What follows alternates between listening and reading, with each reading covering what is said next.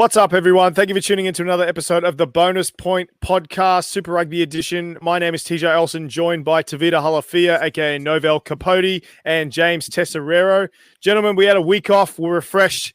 Had a jam-packed weekend full of rugby. I'm going to jump straight into it and talk about the footy over the weekend, and we'll go in with a rapid recap. So the Chiefs end up sneaking another victory with the final score being 26-24 against the Hurricanes. The Crusaders end the Blues finals hopes, thank God, winning the match 29-6. The Western Force end up beating the Super Rugby AU favourites, the Reds, in a close matchup, 30-27. And the Rebels keep the Waratahs winless with a final score of 36-25. So let's jump straight in and talk about that matchup first. So both the Waratahs and the Rebels, they're no longer in contention for the Super Rugby AU finals anymore. James, I feel your pain as the Waratahs are kind of mirroring the Chiefs of 2020, having no wins in 2021.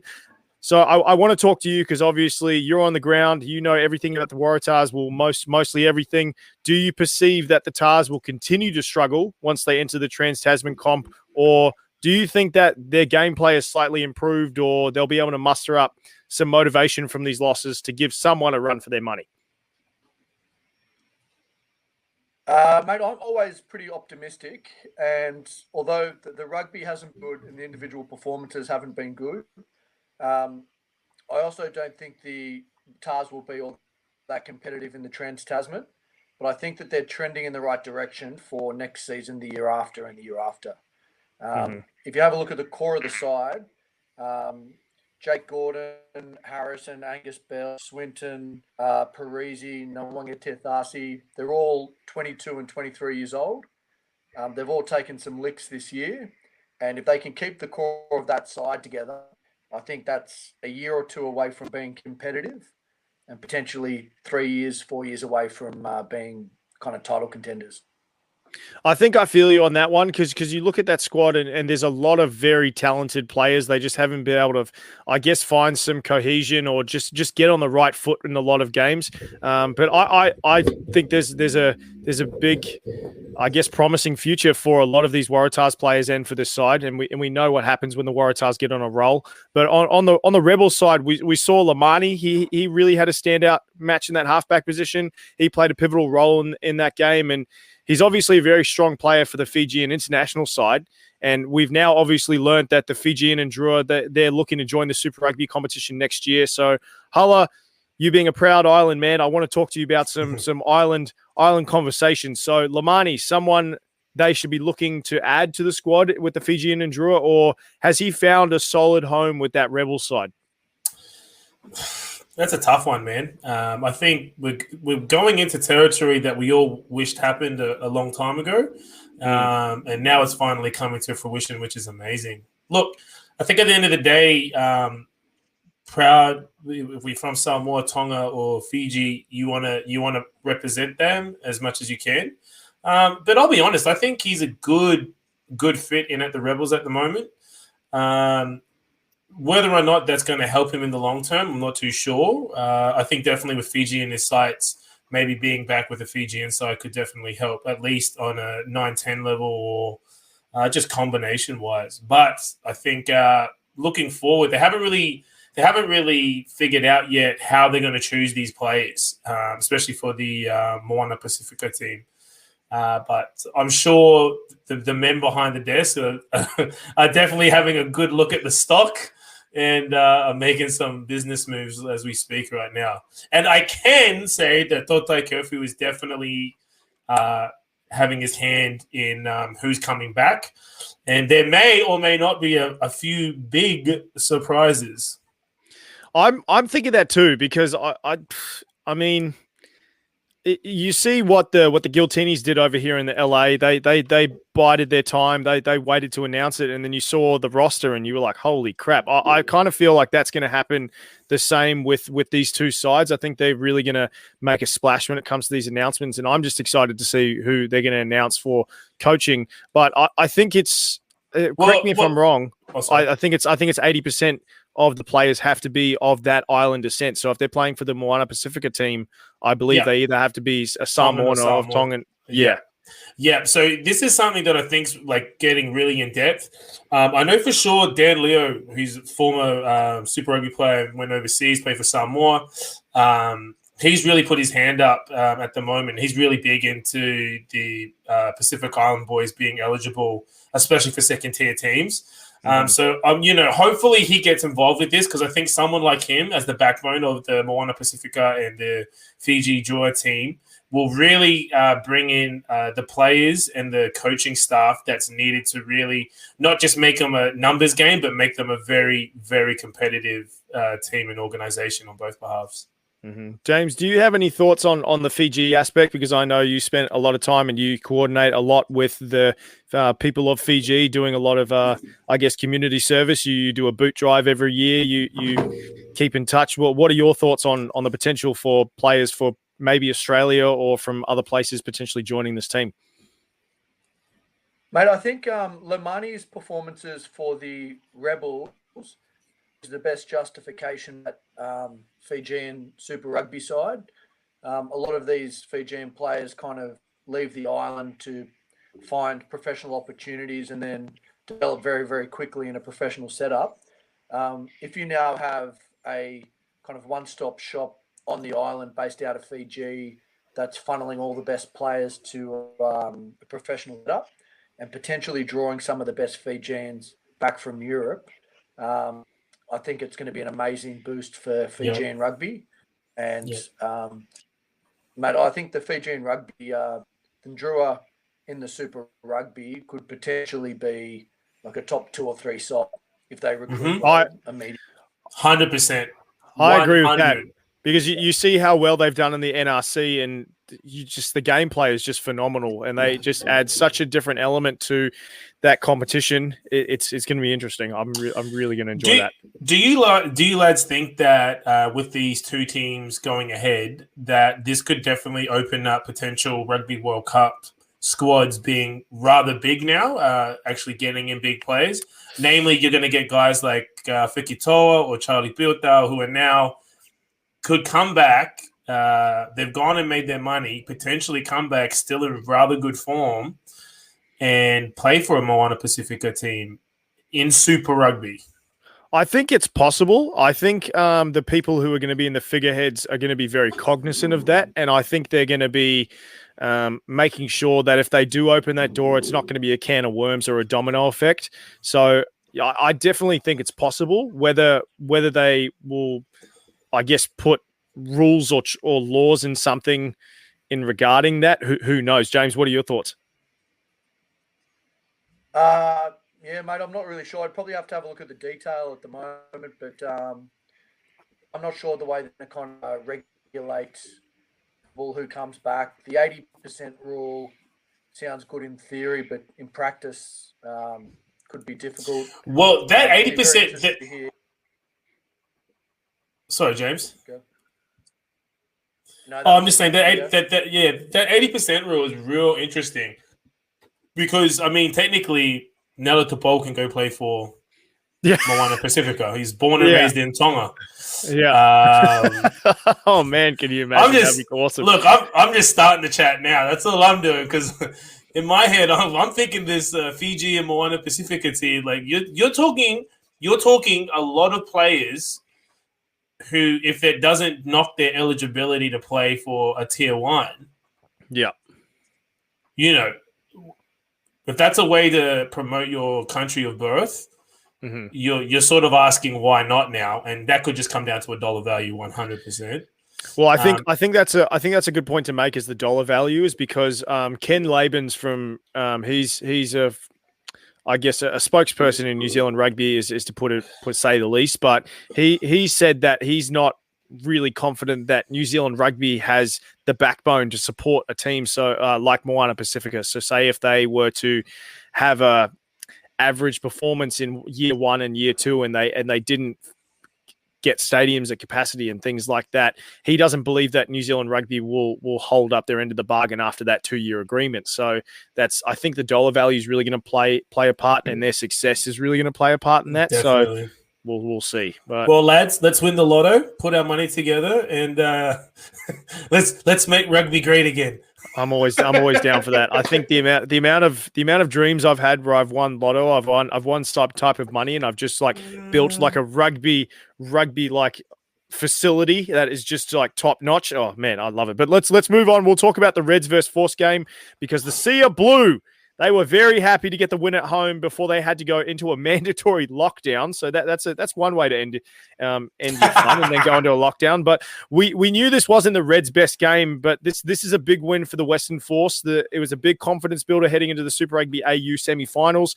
Hala, we know that the Force will now take on the Brumbies in the semis, and if they were to win that game, they would take on the Reds again in the finals. So was this the win that they need to get the right mindset heading into the semi-final? Of course, 100%. They, I think. Look, I don't think they win at all, but I definitely think it maybe changes the score. Look, if I'm wrong and they do beat the Brumbies, like what a turnaround! That's a big turnaround. It's a great, and you know what? They were persistent. They were patient. And not to take it away from them, there were some terrible captain's calls in the last minute to win the game. And so, it definitely, there's a win going into a semifinal is great, but it wasn't like that they completely outperformed the Reds, who had a bad day at the office and made some very questionable calls when the time needed a smart, logical call, like JC's been doing. Well, let's stay on that because they started off business as usual, the Reds, leading 21 points to 7, and then ended up having some interesting performances and interesting choices in the second half. Not only were the Reds quite passive in defense, I believe that the win came down to the Western Force getting into that arm wrestle style match that we've spoken about that they're able to do, really disrupting the Reds set piece and keeping the Reds on the back foot. So, James and Hala, I want to get both of your opinions on this. So, do you think that the Brumbies or the Force should focus their energy on doing that in the Reds, disrupting their set piece as much as possible, putting them into an arm wrestle type of situation and just keeping them there? Or is it just a done deal for the Reds? Will they be ready to go? Mate, I think some of the Reds weekend at set piece were simply just lapses in concentration. And not signs of anything like systemic that is a problem that other teams can exploit. The Reds kind of been going so, like they fell asleep a few times at set piece and in defence against the Force. The Force were playing with nothing to lose, and mate, I don't read too much into that loss. I think the kind of once the Reds hit a final, I think they'll be as up for it as whoever they play, and I think they're the most talented and probably only behind the Brumbies in terms of being well drilled and organised. So nothing that doesn't change anything to me. Mate, you heard it here first about 5 weeks ago that the West Force would finish well and win a couple of games. I was waiting for this. And they were winless at the time, and it probably sounded like a silly comment. But I think we all agreed that with the veterans they have, the lack of continuity they had to start the season, that they'd probably finish well. They'd rattle a couple of the top sides and might sneak into the top 3. And if people rewind the tape, I think we picked this here about 4 or 5 or 6 weeks ago. Yeah. I think we were pretty spot on, except for one pick that I'm going to talk about in a game later. But don't worry, Hala, we'll get to it. But Hala, what are your thoughts on the Western Force and the Reds mindset? Just a lapse in judgment. They'll be back next week, same as James. Look, it's like the fight game. You play rugby long enough, you're going to take a loss somewhere along the line. And that's just what happened. There's nothing there that I didn't look. If you're going to blame anyone, the shots at goal, the 2 shots for penalties that they completely chose the scrums for. That was just silly play. You take those points, but other than that, I think like James summed it up perfectly. There's nothing that's systematic to look into. And look, let's be honest. The Brumbies have tried twice this year and failed twice. Because, like James said, the Reds are just a more talented team. I think their bench is definitely a lot better, and I think the Force going into the Brumbies, they're going to be confident, but they haven't shown anything to make me change my mind that the Brumbies aren't going to meet the Reds. Yeah, I'm the same as you guys. But look, I'm hoping so because I'm sick of the Brumbies. They're the Australian Crusaders. So yeah, I mean, they're pretty successful, I guess. Yeah. Yeah. So come on, Force. If we could see Folletti get a win over the Brumbies, I mean, I'd be pretty happy with that. Good, and then pumped against the Reds. I just want to make sure that was clear. Hala's multis riding on that high. There you go. Dude, I put this on at the beginning of the year. Do you know how close I am? I'm so very close. All right, before Hala blows a gasket, let's move across the ditch and we'll talk about the Chiefs versus Hurricanes match because the Chiefs have now secured a spot in the finals. But they still have to face a hungry and talented Blues side this week. So I'm very cognizant of that. They've still got a pretty interesting match. The Battle of the Bombays. It always comes down to the wire. I know that both sides are going to get up for this game. But James, you're a pretty good coach in my opinion. I think you are. So I want to get your coaching opinion on this one. Should the Chiefs relish the opportunity to go up against the Blues in this Battle of the Bombays, preparing for a tough Crusaders match, getting all their best players in the lineup, having a crack, or should they rest all their best players, keep them fresh for the final, and then see how they go the following week? Mate, I think the only chance that the Chiefs have got to beat the Crusaders in a final is if they hit it at full steam with a heap of confidence behind them, confidence and combinations. And to do that, you've got to throw everything at this final match.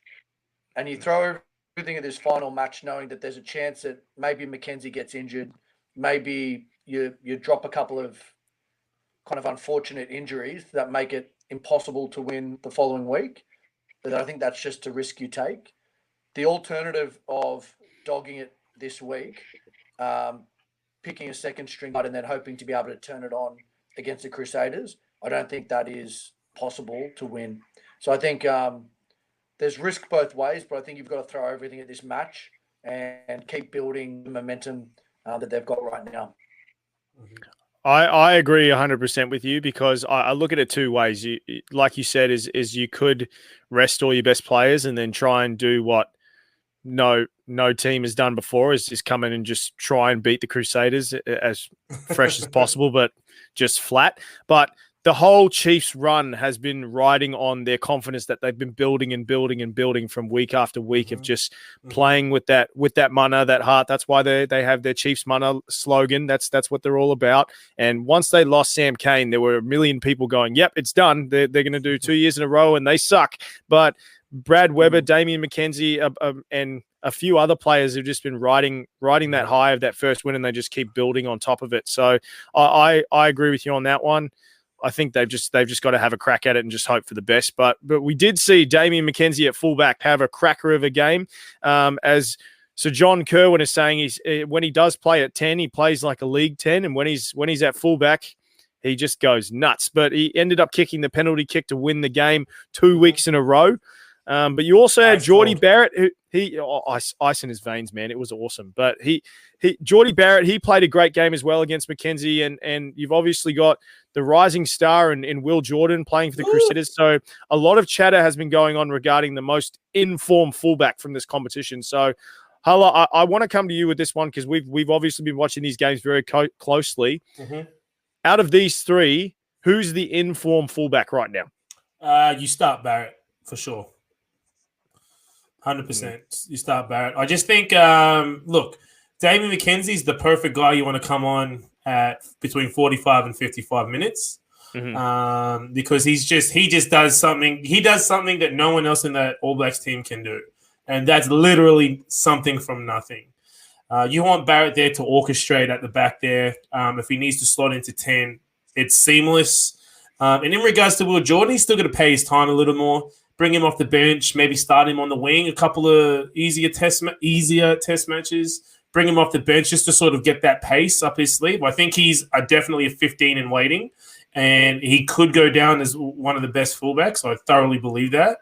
But right now, Barrett's your go-to guy at 15. D-Mac off the bench, and I think they're going to start hitting some form. and start icing some teams if these guys can stay healthy and just do their jobs when they're playing. So this is a question that I want to actually float to both of you off the cuff, because this has been one that's been, I guess, floating around New Zealand and around the Super Rugby sphere and across the world, actually, because this other player is playing in Japan and he's currently undefeated, aka Beauden Barrett, and he's doing pretty good. And a lot of people are raising the question that if he comes back, because I think he has his semi-final this weekend, and then he's got a quarterfinal and then a semi-final, and he could be back by the time the Trans-Tasman competition starts. So a lot of people are saying that because the way Beauden Barrett's been playing, he's coming back off a sabbatical, how fresh he is, he has potential to slot into that fullback position or that 10 position, or come off the bench for the All Blacks. So if you're All Blacks selectors, do you put him into that squad? Because me personally, I think you've got to reward the people that are in New Zealand and who have been grinding it out the hard yards. And although it is technically a sabbatical, I think these people have been playing in a New Zealand competition for this long. You've got to reward that. So what are your guys' thoughts on Beauden Barrett coming back and potentially being in that All Blacks team for Test match season? I'll let you go, James. Mate, if he can play Trans-Tasman and can prove his form against other Kiwi players, with the background he's got, I think you can easily select him. I don't think you can fast track him in without playing any domestic footy.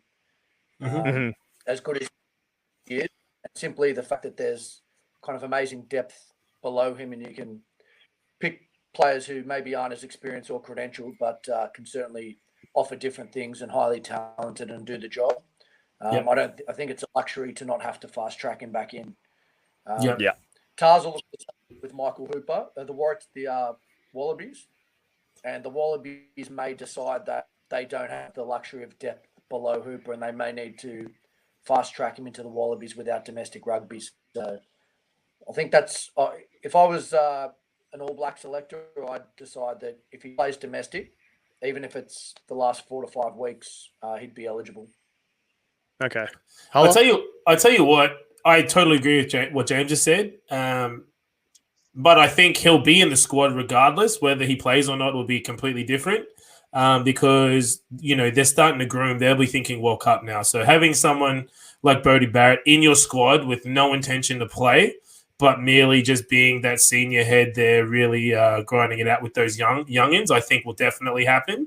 But I agree. Unless he plays Trans-Tasman, they've got all the players that they need for this year at least, playing very good rugby. Very, very good rugby. So he's not needed. Yeah. It's 10 and 15. And look, what was that, sorry, James? The 10 and 15 position are both stacked. That's before you bring Barrett back. There is genuine selection dilemmas before you consider Barrett. Definitely. I don't know if fast tracking Barrett maybe remove some of the dilemmas, but I think that's the true healthy too. competition at the moment is the strength of New Zealand rugby. So I think we've kind of in agreement there. Yep. So what you're saying is, because we're missing a few locks out of injury, we should throw Beauden at lock. Okay, all right, let's do that. The Barrett brothers at lock. They're bloody tall enough. Oh man, they're gigantic. All right, we'll move on. We'll talk about our last game, the Blues versus Crusaders. I mean, this rivalry has been in history for years, but Hala, I want to talk to you for a second, because you and I were both Chiefs fans at heart. And at the beginning of the year and during the season, you have been predicting the Blues to win it all this season. And it was basically in the bag. And I want to know why you think the Blues had such a drop-off, because they've obviously got a loss of leadership with Paddy Toops out of the picture. They've got some key players jumping into positions where maybe it's not their strong suit and they can't handle the pressure, or they're just dealing with different situation. What happened to your boys? Braz, I don't know. They just fell off. Braz, they were an alcoholic going to AA, and then they just fell off the wagon. They were on top of the world. had a big night out with the missus. Ended up, having a few wines, which went into the vodkas, into some scotch, and they're waking up the next day trying to live life, and they just can't do it. Yeah. Bro, I think in all seriousness, I think there's a big attitude shift. You can see it on the field. The urgency's gone, and it's impatience now. And you can see that for their penalty counts with at Ruck and More times. Even in their set pieces, there just seems to be, it's not an urgency, it's an impatient, it's almost like there's no cohesion. And that's something that's really stuffing them, I think, big time. We discussed the Auckland Blues having possibly one of the greatest forward packs in the Super Rugby comp this year. And they really haven't been effective at all. And if anything, they, towards the last 4 or 5 games, they've been put on their butts, bro. Like quite literally. So I think, I don't know, but it looks to me someone, I like to look into that sort of the psychological aspect of it. A bit of bickering on the field, seems to be a lack of respect for the jersey and each other. And I think Patrick Tuipulotu's really shown how much he is a leader in that organization, and not having him around has been, detrimental. And I just think that they're just choosing the wrong players at the moment. Yeah, I mean they've had a bit of a debacle when it comes to the halfback position, which I'm not saying that it's an easy decision, because like you've got 3 quality halfbacks and they've just been bouncing back and forth. Otedi hasn't been having the best weeks, but that could be a factor. Is the halfback bouncing, and there's a few things like I thought Dalton did pretty well as captain on the weekend. I think he tried to do the best he could, and I think he made some pretty good decisions. I think Rico's trying to step up into that aspect, but when you think of it, he's still a pretty young man, and I think when you look for your leadership positions, it's generally not the 13 jersey you're looking for. It's not you're not looking at that spot for that leadership spots. No, yeah, they're looking at his brother, and his brother isn't doing anything. Like you are on the cusp of possibly securing an All Blacks jersey, and he's done nothing. And that's not me trying to be mean. That's you. This is your moment to rise. And some players just aren't those players, man. They just head down, butt up, do the work, and and that comes down to the leadership team and what the coaching staff all think. Who puts them in that leadership team, but. Yeah, I don't know, man. I'm shocked because I had Oteri Black possibly being an All Black starter this year. Just crossed that one off my mark. Because I will say they do play Italy. So that's not to say that Italy are the worst nation in the world, but they're not the best. But they're going to start. Will Jordan is going to be a 10-15 convert, mark my words. So that'll be interesting. When that game comes up, I wouldn't be surprised if Will Jordan starts playing a second receiver role from fullback. But who knows? All I'm saying, Blues, is, come on, Blues. But also don't win this week. Yes. I'd personally slot David Havili in there because he's been doing so well. But so good. Yeah. So good, but we'll move on because I want to get both of your opinions on this last bit, and it's about the captain's referral rule because it's been somewhat of a controversial rule. Something Scott Barrett mentioned over the weekend that he's not a big fan of, and some people have been saying it under their breath by the looks of it. So some people say it opens up a bit of hypocrisy because the same act that they are using the captain's referral on happens.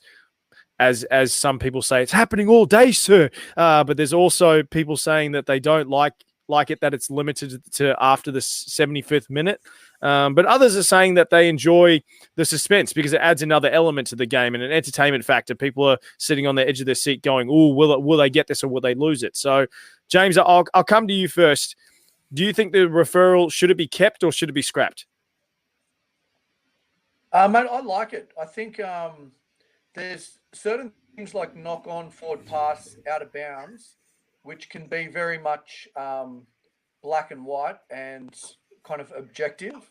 And if a captain thinks that the referee may have missed a forward pass, a knock-on, or out of bounds, things like that I think can be referred to and have another look. And I like what that adds.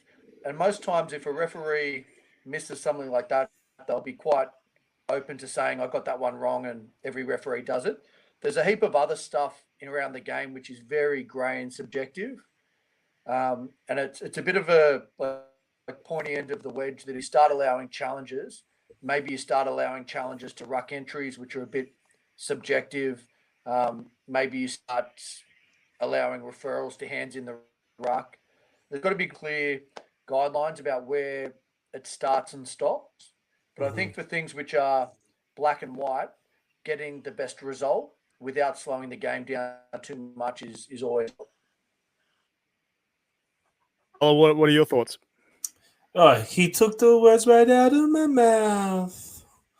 Yeah, no, I love it. I think it's great, and I've really got nothing to add because I totally agree. Scott Barrett's just, mate, shut up. Just shut up. That's great chat. That's great, dude. Because he's the dirtiest dude in the line out, right? And then he gets caught, and he gets caught on it, and he does his nah, buddy. Like, we know what you're doing, right? Your system works. We get it. Okay.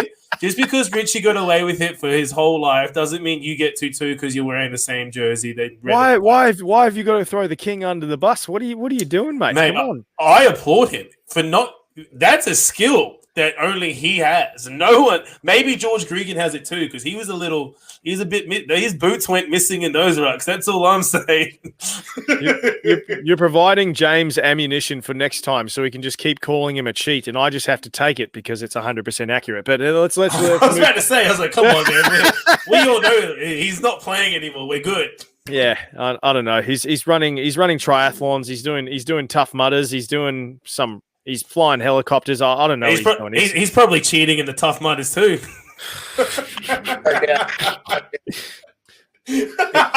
I love how James is like, yeah, no doubt, yeah. So do you reckon he's got a cab lined up on one side of the field and he just like goes through the first course, jumps in, and then he just like comes through the trees and he's like, yep, I just won by 20 minutes. There we go. Yeah, sprays himself with some mud. I will say though, I will share this. I don't think I've ever shared this with anyone outside my family, but I do believe my dad did that with the Sydney, the City to Surf. Me and my sister 100% think me and my sister have this inkling that we 100% think that he just like ran the first part of the race, left, jumped in a cab, got there, and then because he like I'm not knocking him, but I'm pretty sure he can't run it that fast. Dad, you were 2 minutes slower than the world record. I was pretty fit back in the day. That's my conspiracy of the day. So yeah, we'll leave it there. But I'm pretty sure I'm 100% right on that one. But we'll leave it there. So I don't know. I'm just. Yeah, I don't know. I'm all for the captain's referral. I think it adds another element to the game. I believe you are right. I think that we should just let it play out and see how it goes in the next couple of seasons. Dude, and then if it doesn't end up working, then we'll maybe move on. But 100%. Yeah. 100%. We'll go there. But it's called the bonus point for a reason. Today or this weekend is going to be a pretty historic event. We are going to have a double header at Eden Park, and the Blues are going to take on the Chiefs, and also the Wahine, the women, are going to take on their first Super Rugby match. The Chiefs, Waitomo Chiefs, I believe it is. So I believe Waitomo are sponsoring the Waikato team, and the Blues are going to be taking on. Man, they're stacked with Black Ferns in those two teams. But it's a one-off match this season. Both clubs are committed to developing a Super Rugby women's team and program in the future. So I want to talk to you guys first about what you think of this matchup, because we've all been involved in women's rugby. We know how monumental this is, but what do you think this does for the dynamic of women's rugby in New Zealand, Hala? And then we'll go to James. Well, I mean, they're already a powerhouse. So you add a domestic Super Rugby women's competition, and you're just asking for, some really big dominance. I think the one thing that, and, this is no diss to the New Zealand organization for in their women's, I think they lacked what Australia has with their women's and their women's development. The cross code of the women from league to union was quite high in New Zealand. Mm-hmm. And I just think there was a big lack of athletes that really, if they were in another system, maybe in an Australian system, would just have a lot more chances than they're currently getting. So You look at what Australian rugby's doing, and Rugby Australia's doing with the women's competition, and at least some club teams in Brisbane, they've got 2 women's teams playing weekly club rugby. In New Zealand, that really isn't the case. In that they've got their club competition, but there's really that misstep between being a club player and being at least at a development squad, and that's something I really admire about Rugby Australia. So I think, they're already a dominant force on international rugby. So adding this domestic competition can only strengthen relationships and hopefully bring out some more female athletes to try rugby in New Zealand. I'd like to see those numbers go up, and I'd really like to see the percentage of players that come in to play some club rugby and get developed and, potentially play some Super Rugby. I think it's going to be amazing. I also think, too, if it goes ahead and they do get behind it, we're going to see international domestic women's rugby really blow the roof off. And I think that's going to happen because they're going to be women's first, men's and women's games, Eden Park or down at the house. You know what I mean? And I think that's going to be a catalyst for big change, which, I'm here for it. We all are. We love women in sport. This is great. Yeah. I will echo that because I think Eloise Blackwell, she said something about that. She said that in New Zealand, there's currently a big divide from, I guess, the club to like the high performance sector. Like you've obviously got Farah Palmer Cup, which they play in, which is their NPC competition.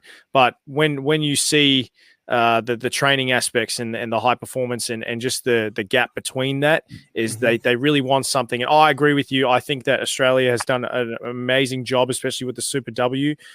James, what are your thoughts on this whole, I guess, spectacle? Mate, having a bit of experience at that kind of area of Australian women's rugby, at the club level, you've usually got a couple of Wallaroos in each club team, playing with a couple of former experienced players, playing with a couple of girls who are entirely new to the game.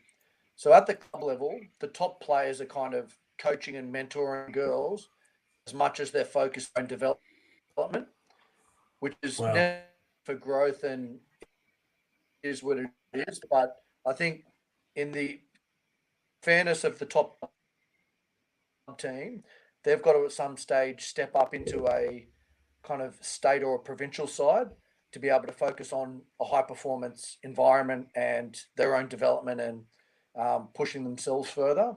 So I think that extra tier club and below international is very, very necessary. I think, I definitely agree with that because I think Eloise, she said that she was lucky because a lot of the players in the Blues, they're all in Auckland and they can all get together and they can all do their HB training, their high performance training together. Right. But if you're in the Waikato side, you've got Counties Manukau, which is like half an hour away from Auckland. They're a part of 4 in the morning. Yeah, they're a part of the Chiefs, I guess, regions, which is kind of tough for them, but they can't just go and drive down or just like meet somewhere at a gym and go do high performance training or something like that. So I think the more of that is created, I think will be better.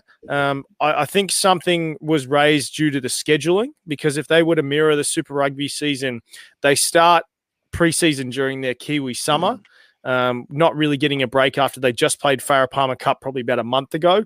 And then once they finish Super Rugby season, they go and play their club season. And then once they finish their club season to, I guess, be noticed or qualify for a Farah Palmer Cup team, they have to go play Farah Palmer Cup. And then it's basically just year round. And a lot of these people, they have full-time jobs as well. And you can't really just keep doing that consistently all year and then taking time off to play games and stuff like that. So I think something potentially has to be done in New Zealand about the scheduling, especially if they're going to be, I guess, keeping the Farah Palmer Cup. So I'm interested to see what happens, but I think you both raise really good points. I think there has to be, I guess, less disparity from that, I guess, that upper echelon to that. Let the women play. Yeah. So let the women play. But I think any way they can get it done, I think is a plus, because you want to see, like, I know this goes back years, but you saw how well it transcended in the WNBA once they created a professional league, and then now you see collegiate women players now vying for a spot to play in the WNBA, and they're not getting paid millions and millions of dollars, but there is a professional league, and I think there's always ways to grow. So yeah, I don't know. Do you guys have anything else to add on the women's aspect? I feel sorry for every international women's team once a domestic competition in New Zealand for women is established. Well, I don't know, because the women overseas, they have the Six Nations, so I think they've got like the women's Six Nations, which is pretty good. But yeah, I kind of agree. Once you unleash the Hulk, he's the Hulk. He's going to destroy everything in his path. So it's going to be interesting. I really hope they do, I guess, merge it with the Super W, because I would love to see a Waratahs women's side go up against like a Chiefs or a 100%. Crusaders or something like that. Yeah, like that. Sorry, Illy. Don't know how you're going to go in that one. Yeah, that would be interesting, but yeah, I don't know. I think having two women's sides in Australia is just a win in general at a club level. That's insane, dude. Dude. It would be so good to see that Trans-Tasman Super W. Mm-hmm. That'd be awesome. Oh, yeah. How good! How That'd good! That'd be good. That'd be good. Needless to say, also be very intensive. A very good start would be when if Super Rugby ever goes back to normal and Trans-Tasman plus the Pacifica plus Drua in the an Australian derby W game. That would be cool. If Reds played the Waratahs, you'd add a women's game to that, and that'd add a lot to the local derbies. That'd give them about 8 games in stadiums off the back of, and rather than play them as curtain raisers, you play them immediately after. Yep. So while everyone's got their blood up after watching a Reds versus Waratahs game, they stay around. You watch the women, and the same kind of rivalry and intensity spills out over to the women's game, which would be a good result.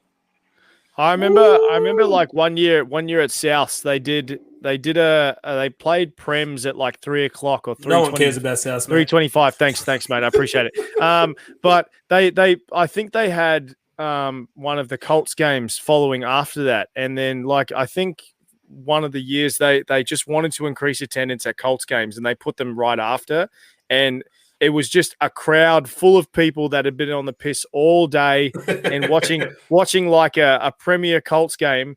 The crowds were insane. So I could only imagine getting people who are like 3 or 4 beers deep, or maybe 50, and then they just go ahead and they watch a women's rugby game after that. The atmosphere would be awesome. I would love it. So yeah, I'm all for that idea. I'm here for it. We keep putting all this great info up, and we keep doing it for free. I know. I know. Oh, man. we need to start a consultation, a rugby consultation service. Yeah, I'm down. I'm down for that. That sounds incredible. But have we lost James? I think so. But we're finished anyway. So yeah, it's end of the podcast anyway, because we've just gone through and had a good chat. But yeah. Boys, here he's back. So I think all for women's rugby. We'll round it off there.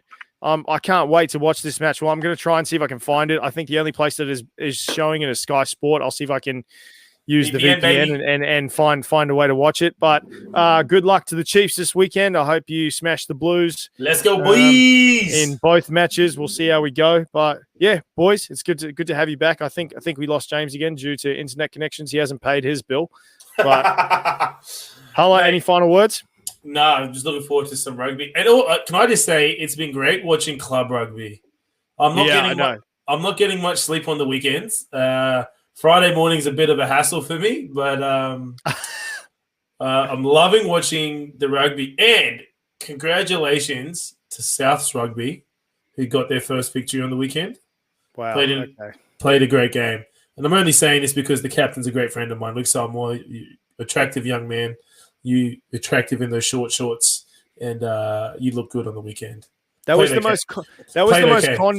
most condescending congratulations I've ever heard in my life. That was awful. Oh, mate. Dude, can I actually, James, have you been able to see any of the Brisbane? Oh, he's gone. The Hospital Cup. Have you been watching the two club competitions? Because I got to bits here and there. Dude, I got to say, I think they're starting to even out a little bit. The New South Wales and the Queensland teams. I'm enjoying it. I think I noticed that the first time we went and watched when the club rugby came back on. I saw that there was a bit of a difference in the level in New South Wales. I think it was just like a smidge better. And then once like the game started to roll on, I watched week 2 and it looked quite similar. I think it's starting to get a roll on. It's good. I'm loving it. I'm loving it. Loving it. Oh, now I want McDonald's. All right, guys. Thank you for tuning into the Bonus Point podcast. I appreciate everyone tuning in. We are excited to be back.